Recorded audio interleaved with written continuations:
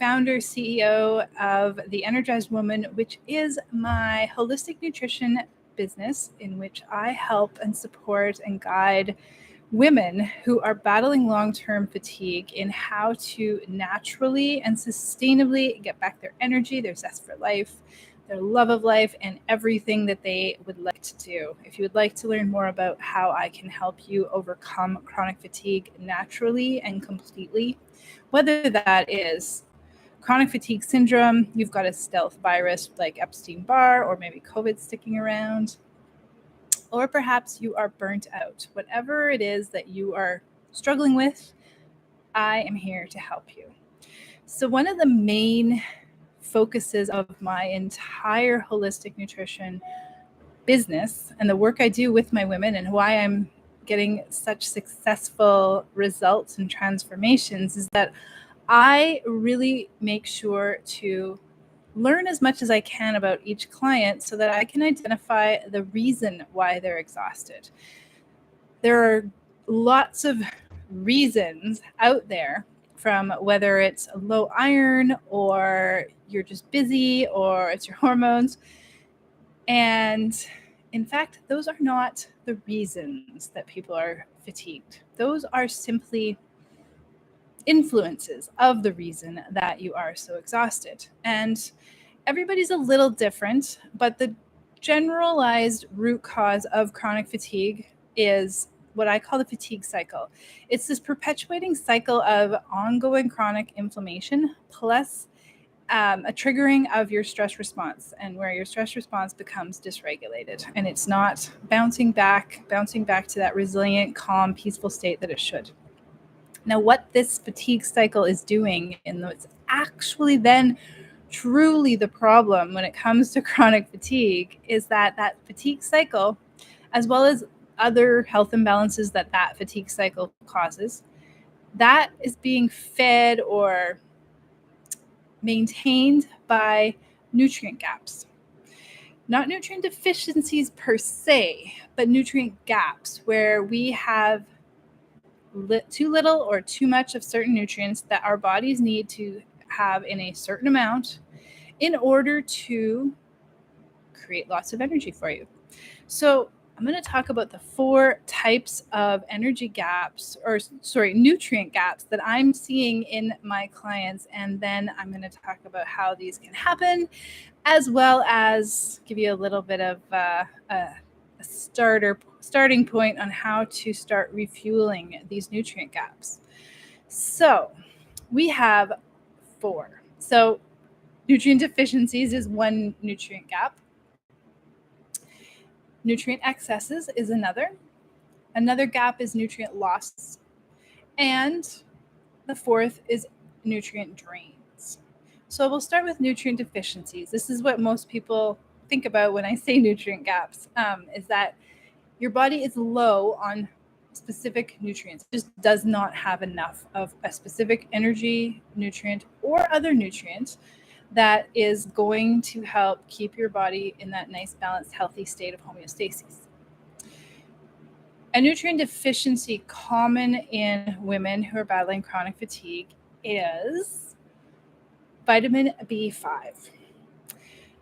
This is a nutrient that your adrenals use to help maintain that nice resiliency back and forth from, the stress response that is triggered. Absolutely, that's normal. But then after the stressful trigger, you're able to bounce back into that peaceful, calm, healing state. When we're deficient in vitamin B5, our adrenals don't have a key nutrient that they need in order to be healthy and balanced and resilient. This just adds to our stress response. This adds to the inflammation, and the fatigue cycle perpetuates. Nutrient excesses. This is an interesting one because we don't really think about having too much of a certain nutrients, especially in today's culture of just overdosing on vitamins and minerals and such, right? It's so easy to find nutrients, vitamins, minerals, phytonutrients, bottles of formulas, all these things. It's so easy to get our hands on supplements, and we're being taught and fed the idea that, don't worry, supplements are safe, they're easy, they're not going to harm you. When in fact, if we don't supplement properly, we can actually create nutrient excesses that then lead to fatigue because they overload the body in specific ways.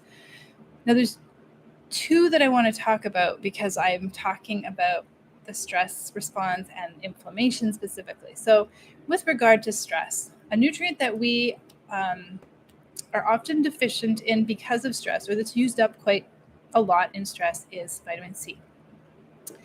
And in today's world, with wanting to boost the immune system, people are getting these shots of high doses of vitamin C. And while this isn't really efficient or effective or safe, because your body can only handle a certain amount of vitamin C at any one given time. So what it takes in, it just flushes out. But when we overdose on vitamin C and take way too much vitamin C at one shot, we actually create a problem with our immune system where we create more oxidative stress. Vitamin C at low, moderate doses is antioxidant, whereas vitamin C at high doses becomes an oxidative stress contributor, creates free radical damage. So we have to be very careful with that one. And then, of course, more oxidative stress, the more fatigued you're going to feel.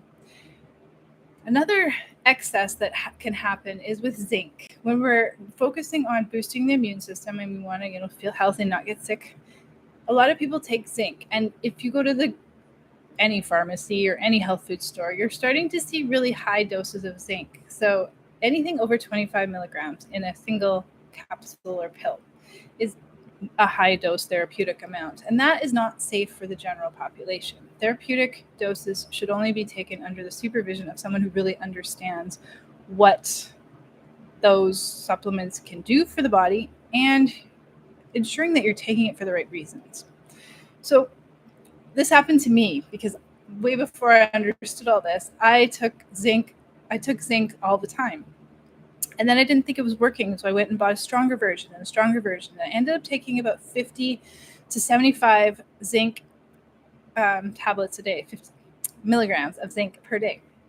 And then I was getting more and more tired, and it was just, I was getting sick. I wasn't feeling good. I just felt worse. And then I found out that taking excessive amounts of zinc for prolonged periods, like over 7 days, will create an excess in zinc, which then creates a deficiency in copper. And we need healthy levels of copper to feed our mitochondria and create energy at the cellular level. Now, third category is nutrient losses. I love talking about energy, so it's like the first word that always comes out of my mouth. Nutrient losses. These are nutrients that are lost because we have an imbalance that is just not being addressed properly.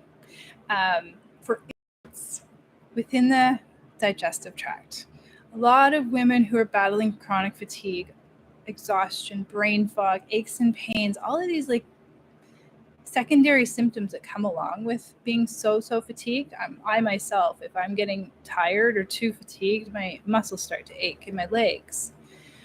A lot of us also then suffer with digestive issues. That can be fairly minor, like gas, bloating, burping, to IBS, like extreme inflammatory bowel. You can't get away from the bathroom kind of thing, and you're afraid to eat out and afraid what food's going to do to you, all that stuff. So it's a wide range of digestive issues, but I'm pretty sure, every single client that I've ever worked with has come to me with some type of digestive issue in that range. I had it too. I was more on the like minor to moderate edge of it with like gas and bloating, that stuff. But I have had clients who come in with the extreme level of a lot of IBS and IBD and stuff like that.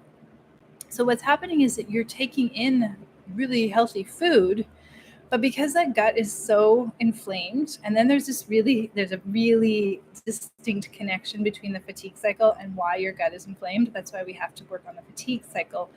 At the same time, we're just starting to build up the health of the digestion, which is what I do with my clients.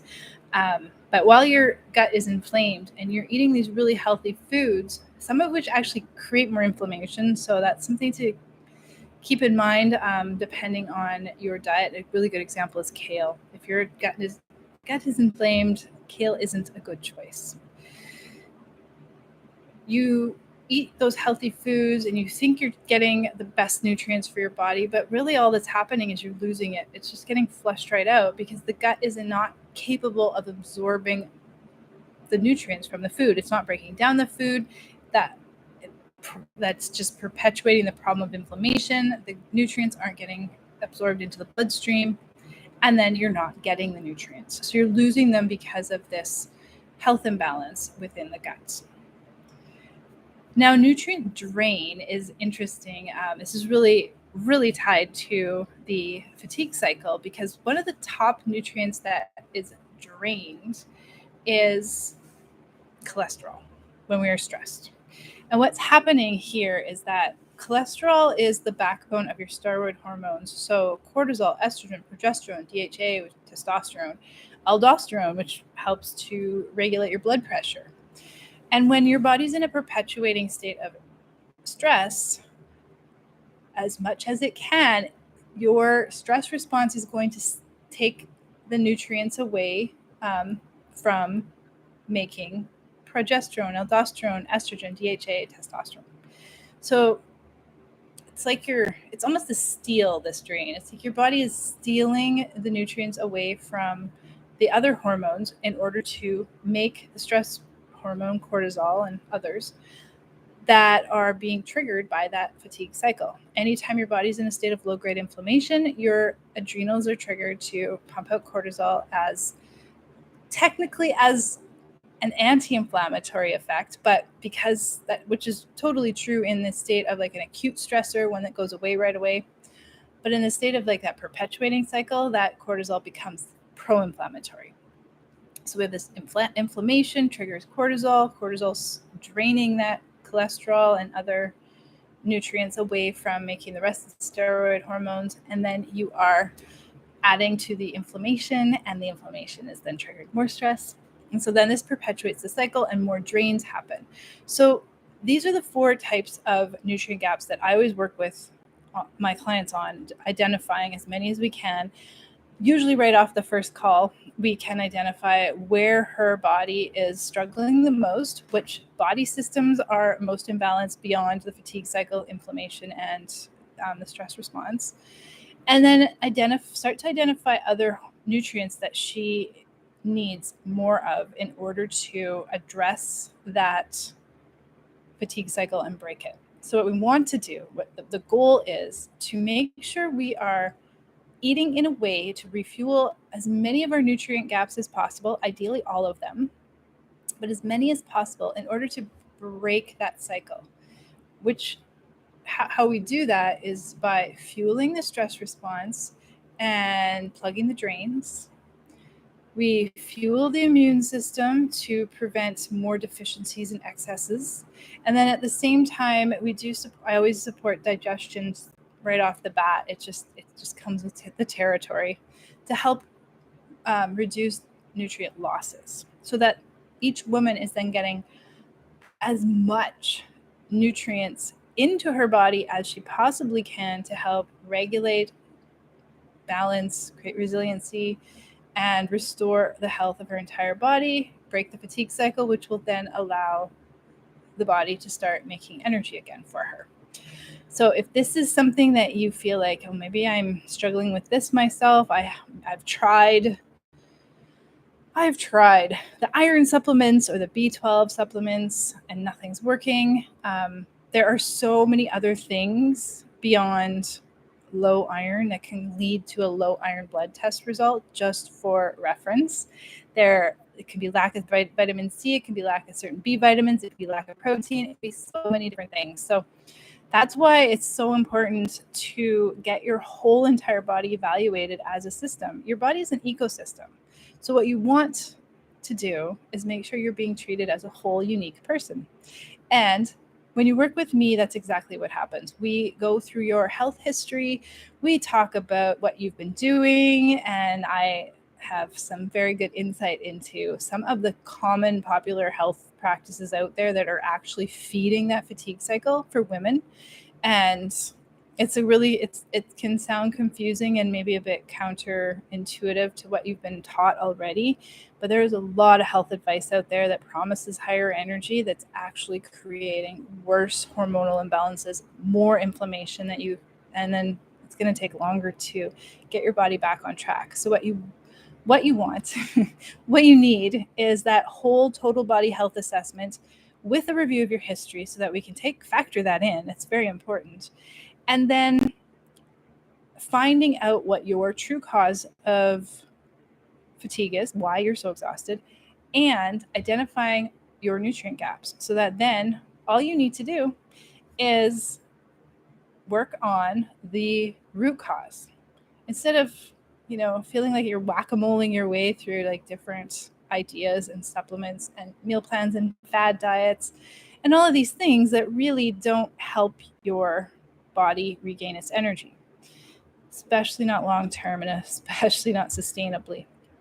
So if you're interested in learning more about your body, why your body is so exhausted, why you're battling even any other symptoms that come up, because we can tie them back. And that's what's so cool about this.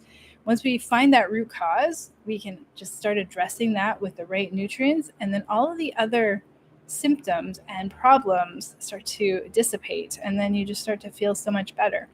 So if you're curious to get started, if you're curious to learn more, definitely reach out to me. I am here to answer questions and help, and then we can hop on a root cause deep dive discovery call together where you get to fill out my amazing, so insightful health assessments to identify your root cause. I will give you your root cause. We'll get on the phone. I'll talk through what's going on, give you your root cause, and give you a plan that is based entirely on you. And so it simplifies the process. It gives you so much clarity and direction and helps you achieve 3 to 5 times more energy within just 4 to 6 weeks, and then continues to grow beyond that.